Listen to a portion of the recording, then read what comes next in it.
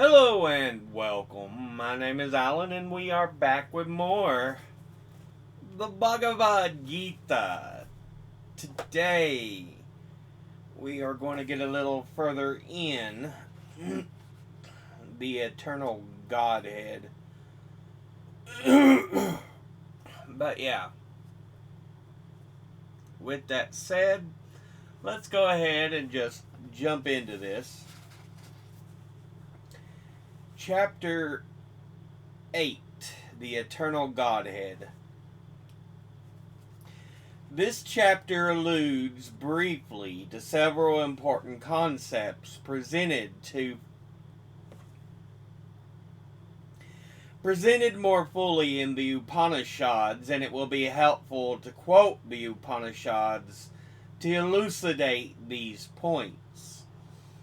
Also, this chapter presents a very ancient view on the soul's journey after death.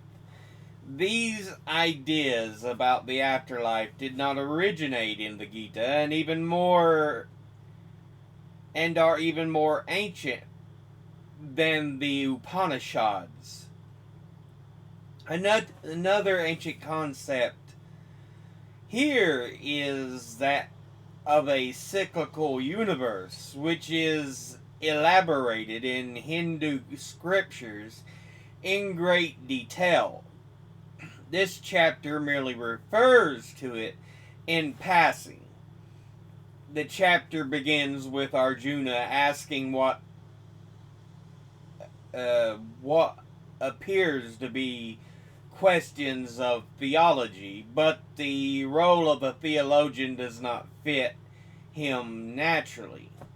These questions are asked in response to the technical terms mentioned in the last verse of chapter 7.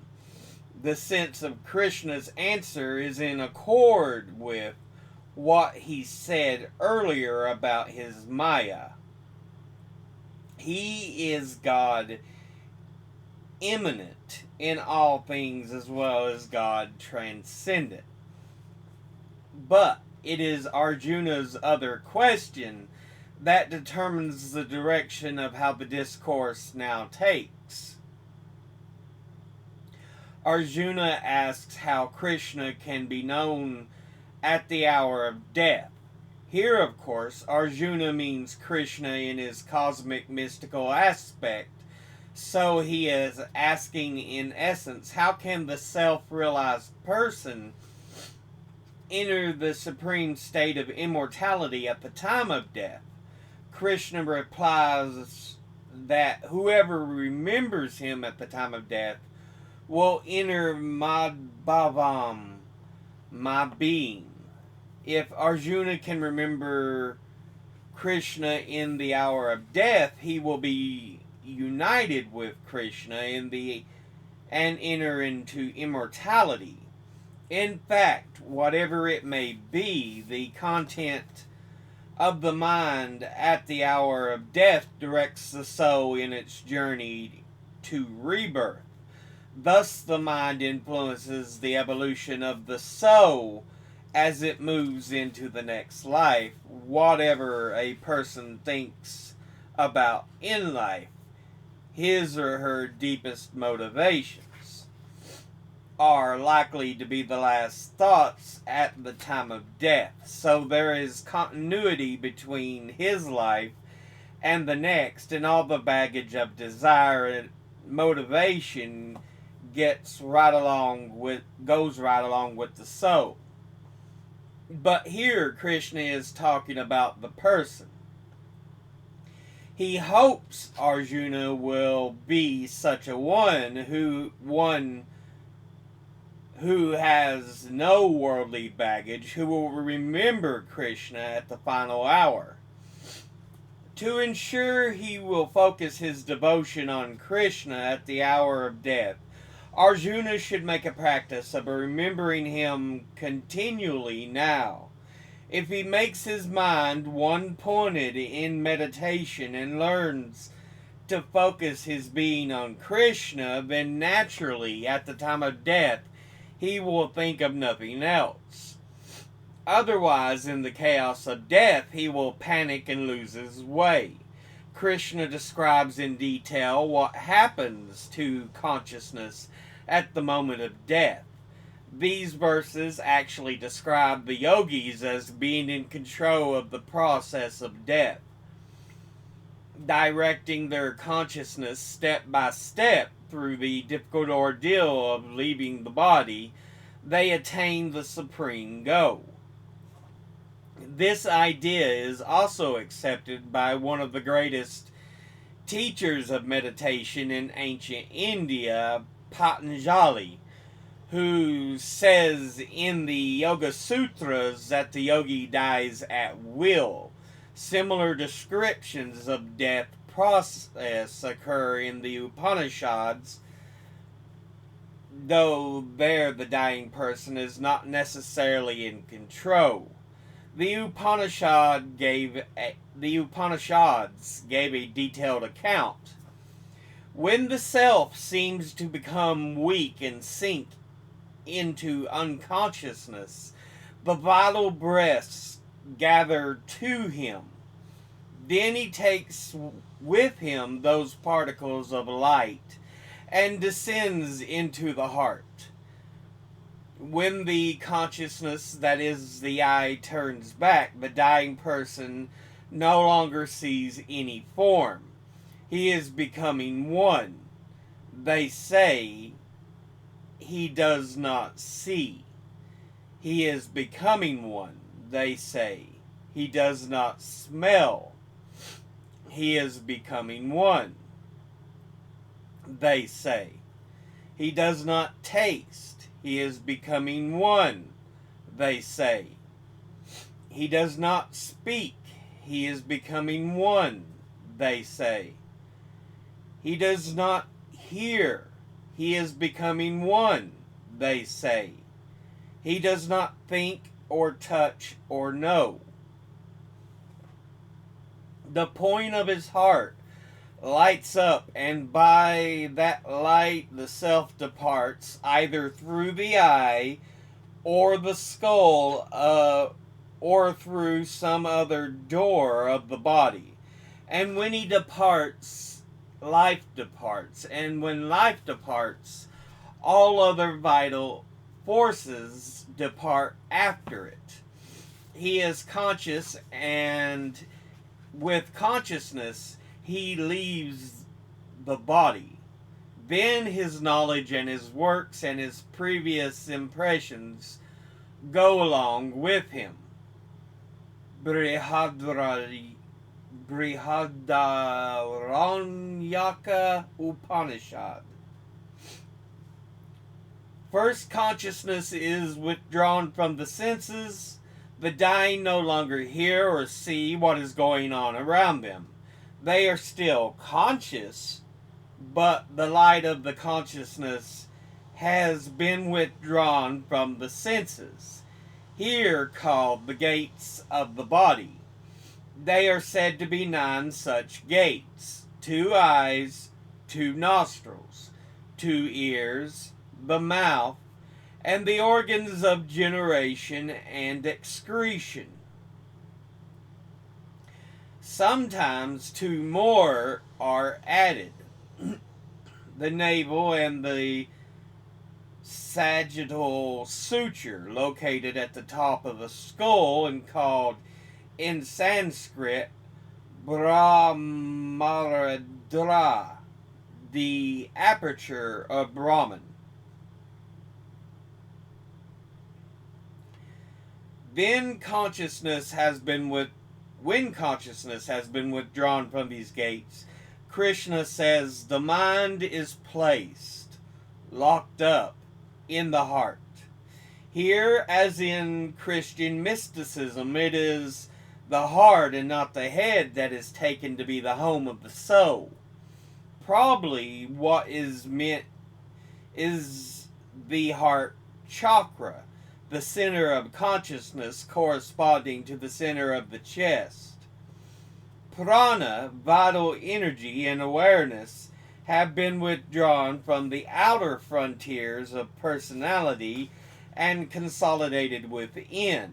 at the stage of death process, an ordinary person has no access to the will. But it is just here that prana, the conscious awareness, must be made to move upwards to the head.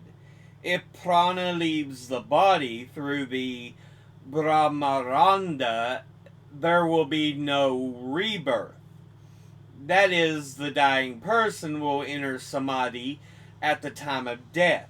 In samadhi, prana is withdrawn from the lower levels of awareness to rush upwards to the seventh center at the crown of the head.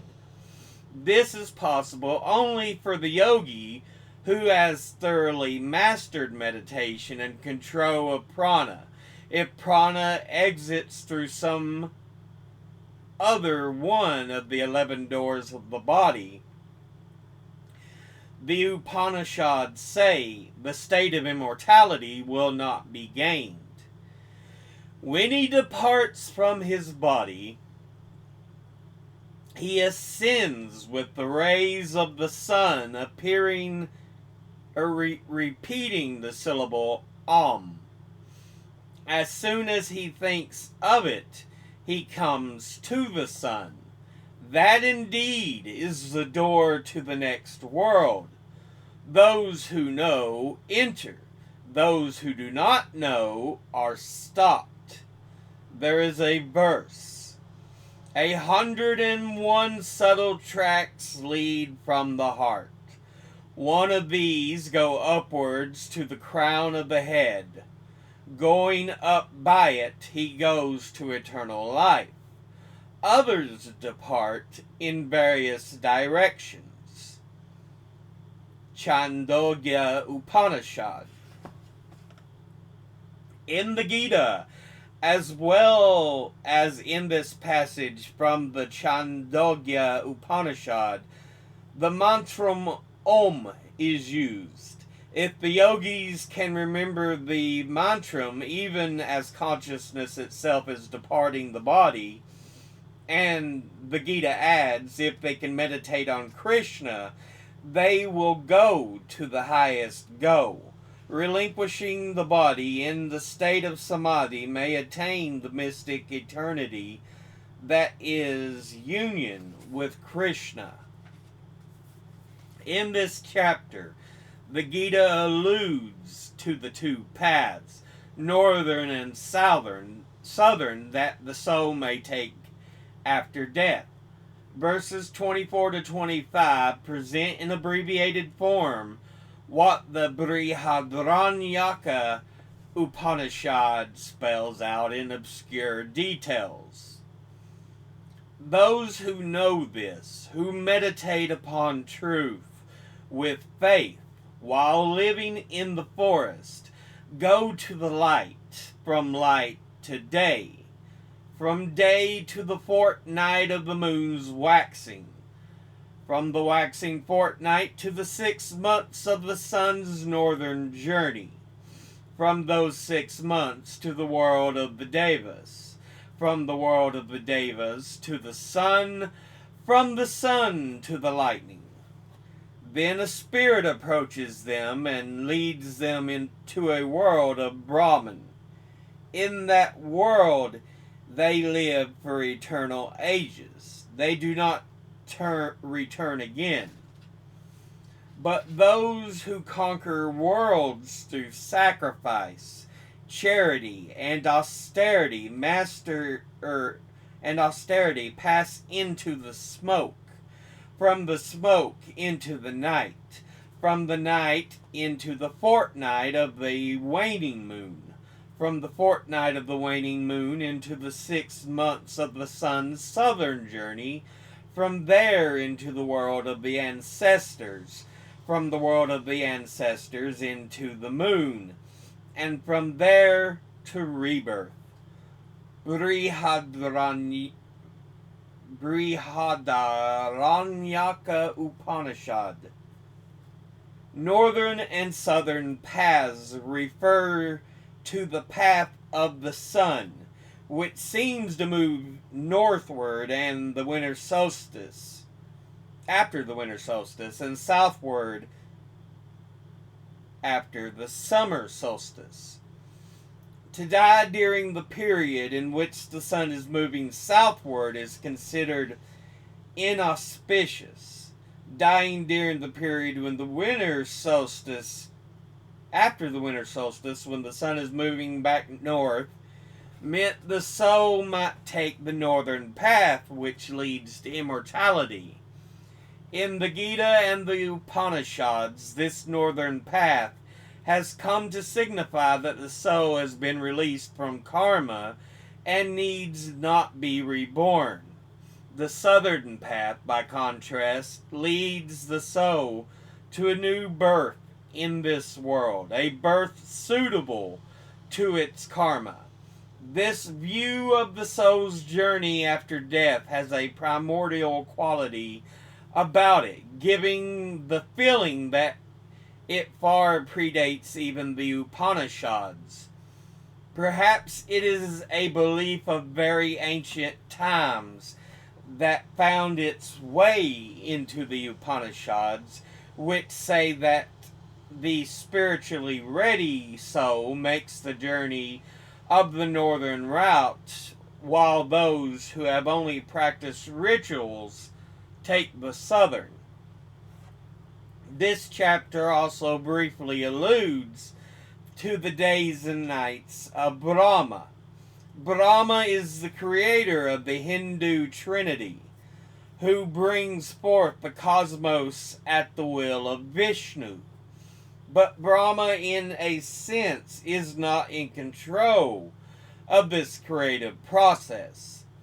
Just as day follows night in eternal, undying rhythm, so does the entire universe undergo cycles of creation, death, and new birth.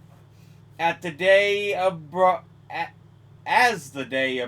dawns, the cosmos comes into being. As the day comes to an end, the entire creation dies and ceases to exist.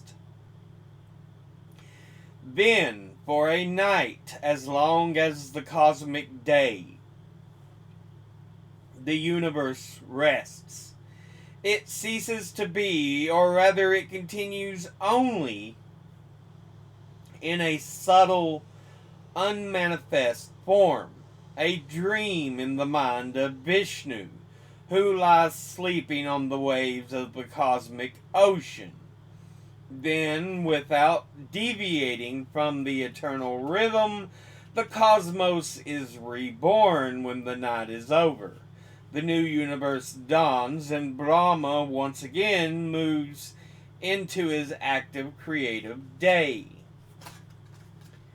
Scholars have noted that this grand vision of the cosmos being born, dying, and being reborn for eternity, cosmos after cosmos, arising from the black immensity of nothingness, is quite similar to the modern theories of the expanding and contracting universe put forward by contemporary cosmology.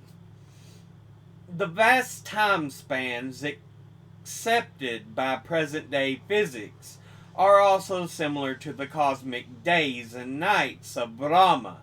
Each day lasts for 1,000 yugas, which equals 4,320,000,000 years.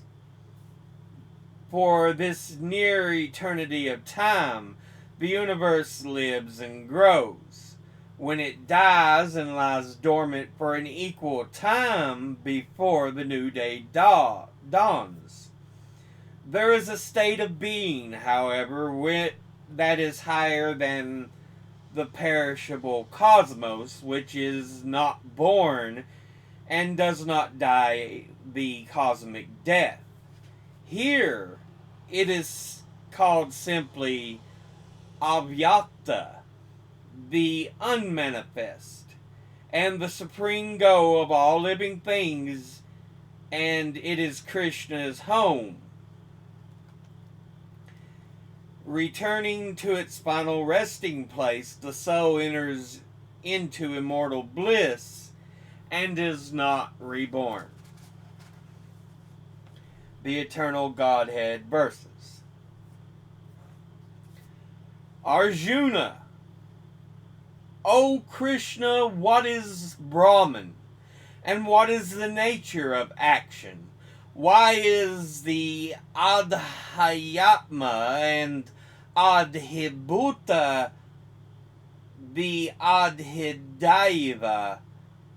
What is the Adhyajna, the supreme sacrifice? And how is it to be offered? How are the self-controlled united with you at the time of death? Krishna, my highest nature, the imperishable Brahman, gives every creature its existence and lives in every creature as the Adhyatma. My action is creation and bringing forth of creatures. The Adhibhuta is the perishable body. The Adhidaiva is Purusha, eternal spirit. The Adhyajna, the supreme sacrifice, is made to me as the Lord within you. Those who remember me at the time of death will come to me. Do not doubt this. Whatever occupies the mind at the time of death determines the destination of the dying. Always they will tend toward the state of being. Therefore, remember me at all times and fight on. With your heart and mind intent on me, you will surely come to me. When you make your mind one-pointed through regular practice of meditation, you will find the supreme glory of the Lord.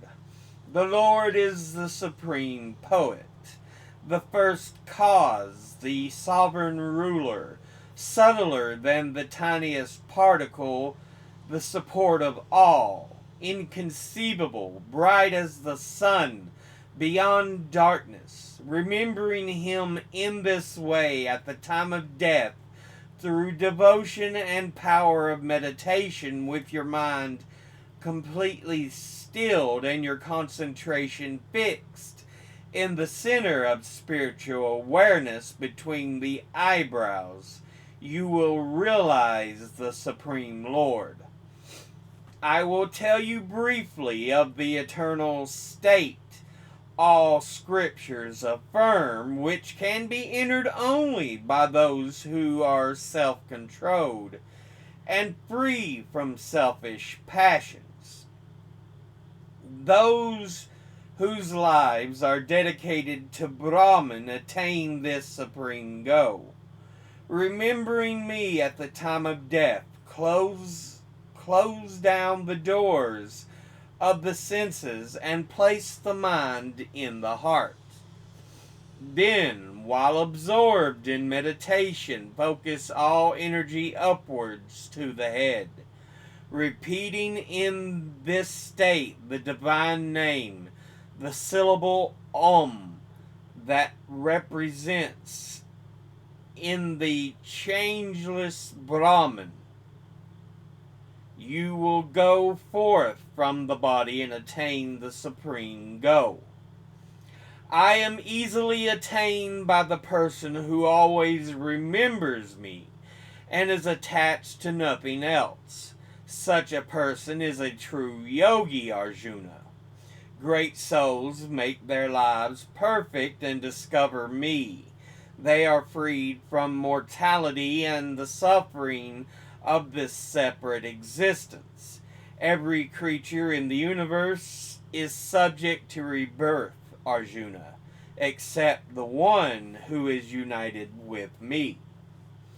Those who understand the cosmic laws know that the day of Brahma ends after 1,000 yugas, and the night of Brahma ends after 1,000 yugas. When the day of Brahma dawns, forms are brought forth from the unmanifest. When the night of Brahma comes, these forms merge in the formless again. This multitude of beings is created and destroyed again and again in the succeeding days and nights of Brahma. But beyond this formless state, there is another unmanifested reality, which is eternal and is not dissolved when the cosmos is destroyed. Those who realize life's supreme goal know that I am unmanifested and unchanging. Having come home to me, they never return to separate existence. This Supreme Lord who pervades all existence, the true self of all creatures, may be realized through undivided love. There are two paths, Arjuna, which the soul may follow at the time of death. One leads to rebirth, and the other to liberation. The 6 months of the northern path of the sun, the path of light, of fire, of day, of the bright fortnight, leads knowers of Brahman to the supreme goal. The 6 months of the southern path of the sun, the path of smoke, of night, of the dark fortnight, leads other souls to the light of the moon and to rebirth. These two paths, the light and the dark, are said to be eternal, leading some to liberation and others to rebirth. Once you have known these two paths, Arjuna, you can never be deluded again. Attain this knowledge through perseverance in yoga. There is merit in studying the scriptures, in selfless service, austerity, and giving, but the practice of meditation carries you beyond all these in the supreme abode of the highest Lord. That ends chapter 8. But yeah. So,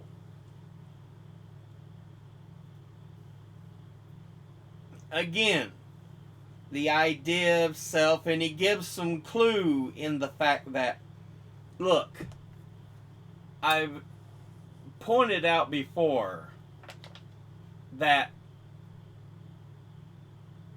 you can rebirth, and you can also rebirth horribly.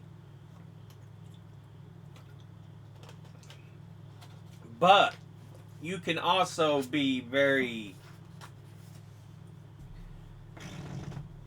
well studied and aware of all that is, and keep me in your mind at the point of death, at the time of death. Continue to be aware of me. And there will be a chance for true freedom of your soul, instead of going through life once more with rebirth.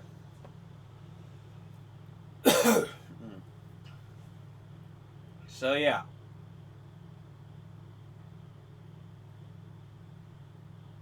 And they talk about the true sound of the syllable of meditation, Om. You often hear people, when they do meditation like that, Om, Om. So, that's where that comes from.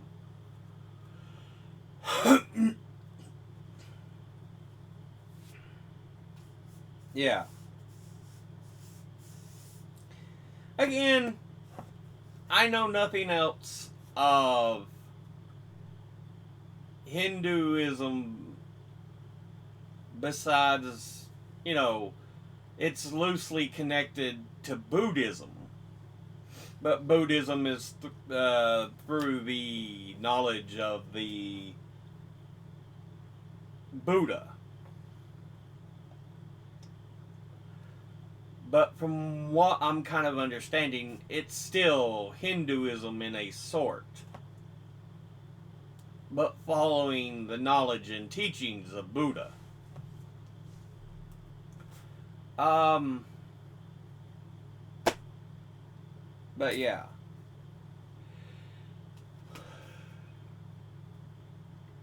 Knowledge-wise, I would like to read the Upanishads and perhaps other Devas, because there is so much more than there is necessarily with Christianity.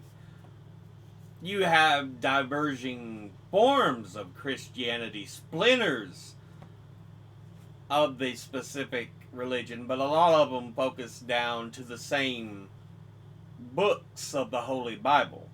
Now, there are differentiations depending on which path of Christianity you follow.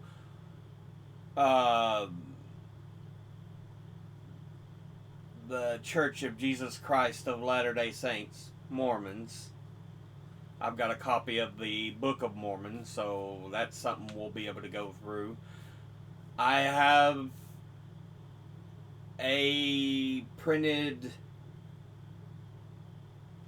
a book that's supposed to be a copy of what of the Dead Sea Scrolls we could read. So a lot of the printings that weren't necessarily, or other books of the Bible that weren't necessarily made canonical.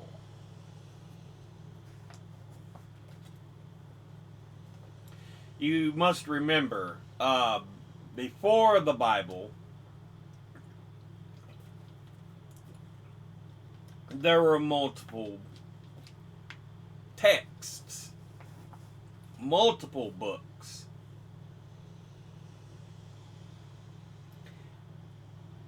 I think it was the Council of Worms that they basically came together and said, these are the accepted books of the Bible, and that's what we now know as the Holy Bible. But before that point, there were multiple other books that focused on the Christian religion and beliefs. The Dead Sea Scrolls is supposed to have some of those lost books. But again, we only have so much of it because only so much of the scrolls survived that were still readable and stuff. So, but yeah, I have a number of different religious texts like that. Like I said, Book of Mormon, Dead Sea Scrolls. I have stuff that goes way out in other religious directions. The Tibetan Book of the Dead. I have... What else do I have? I have a copy of the Hammer of Witches, which is supposed to be based on Christian text on finding and identifying witches.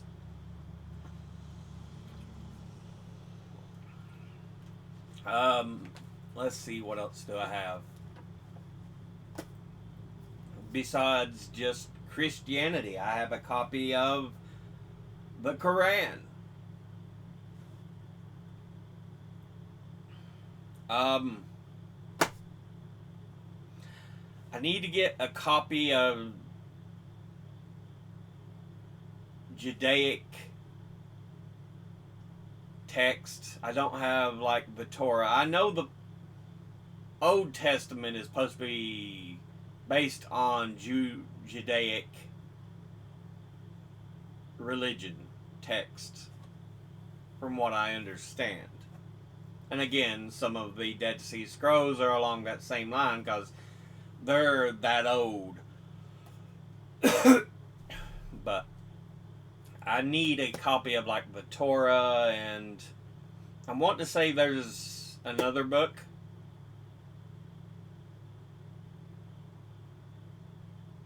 But yeah.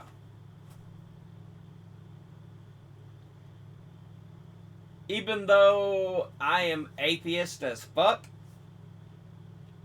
you need knowledge. And having access to that knowledge is huge. That's why I try to keep copies of these different texts, to understand them, to know them.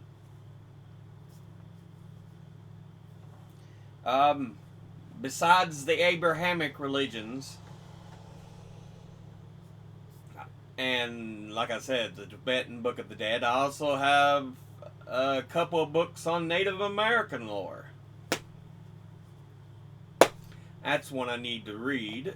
I need to read at least one of them to give y'all some of the lore on it. Unfortunately, Native American lore is so disjointed and jumbled because each tribe, while sometimes their lore is interconnected with other local tribes, it is still distinct to that particular tribe.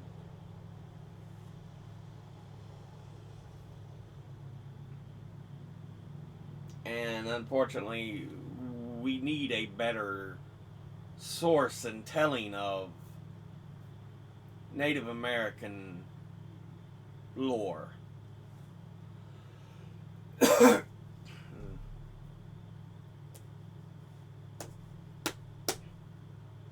So many stories of folklore, so many parts of their religious ideology.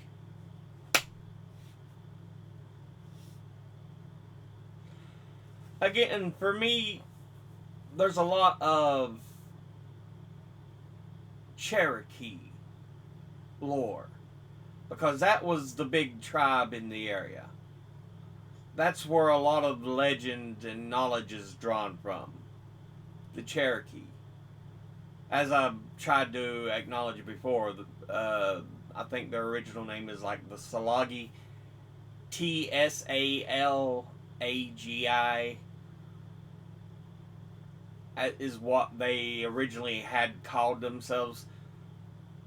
Because, again, Cherokee was their name given to them by another tribe.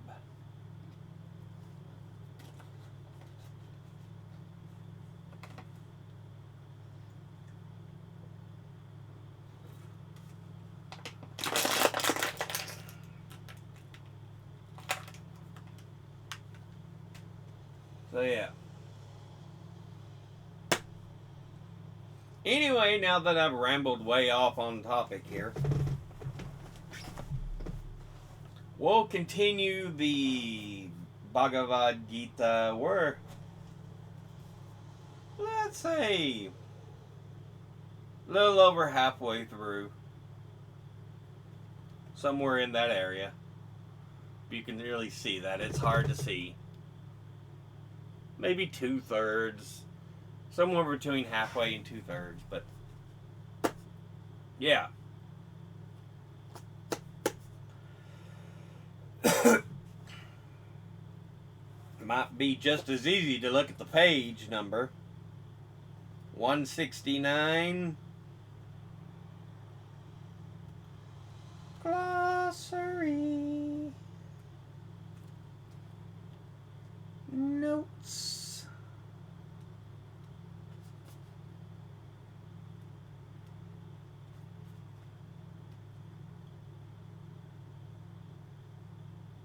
out of 265. So we got less than 100 pages to go. We are over halfway through.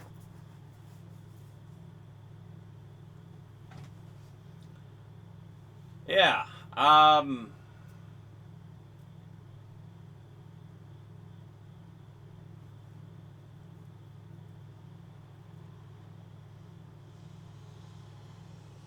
Anyway, we'll end this episode here. As always, educate thyself.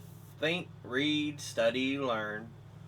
Someone tells you something you have trouble believing, ask them to cite their sources. Thank you all for watching. I'll see you all in the next one. Until then, later.